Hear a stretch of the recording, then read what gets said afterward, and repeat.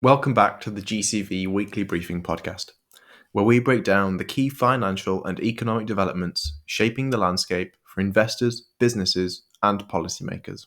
This week, we're diving into four major stories: the UK government's new push to boost SME participation in defence contracts, a game-changing crypto move from Donald Trump, the resilience of the UK housing market, as well as uncertainty over further Bank of England rate cuts. Let's dive in. The government's increasing defence spending to 2.5% of GDP, and now they're launching a support hub to get more small businesses involved into the supply chain.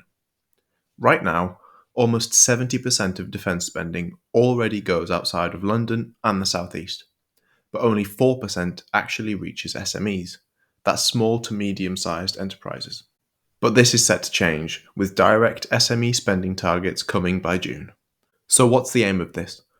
Well, it's to bring in up to 12,000 SMEs and to create more jobs across the country. Prime Minister Keir Starmer said that this isn't just about national security, it's also a chance to boost economic growth and put more money into people's pockets. Defence Secretary John Healey called it a way to fast-track cutting-edge tech into the hands of the armed forces. Next, let's talk about Donald Trump's crypto reserve. Recently, Donald Trump announced that the US is forming a strategic crypto reserve, holding Bitcoin, Ether, XRP, Solana, and Cardano. That announcement sent Bitcoin soaring 11%, past the 94,000 mark, and lifted the overall crypto market by $300 billion, although there was some pullback after the initial spike. Analysts are split on what this means long term. Some think that the Treasury could structure this reserve through its Exchange Stabilization Fund, while others see it as a political move ahead of an upcoming policy debate. Meanwhile, China is also reportedly working on its own Bitcoin reserve, as a part of a broader strategy to move away from reliance on the US dollar. No official confirmation yet, but it's a trend that's worth watching. Our next topic is going to be the UK housing market. UK house prices rose 0.4% in February, reaching an average of £270,493.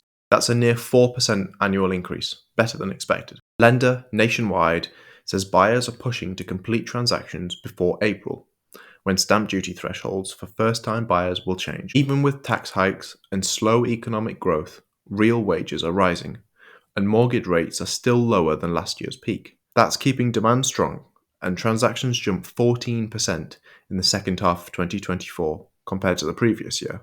A hot topic of conversation at the moment, let's look at the pressure the Bank of England is facing on rate cuts. Inflation unexpectedly rose to 3% in January, and that's raising concerns about whether the Bank of England will or should continue cutting rates. Some former officials are warning that rising employment costs and service prices could push inflation even higher. Deutsche Bank now expects inflation to hit 4.25 by summer, which could force the Bank of England to hold back on further rate cuts. Martin Wale, a former MPC member, put it bluntly: "If this trend continues, I'd be nervous about making further cuts. The risk is just another inflation spiral." Well, that's it for this week's update. From the government push to get more SMEs into defence, to Trump's crypto plays, and an ever-shifting housing and interest rate landscape, we're seeing some big moves that could shape the months ahead. Bitcoin's gaining traction, with more public and government backing, and all eyes are on the Bank of England ahead of its next big decision. Will they prioritise growth, or will inflation concerns keep them cautious? We'll be watching closely and keep you updated. So thank you for tuning in, and I'll catch you in the next update.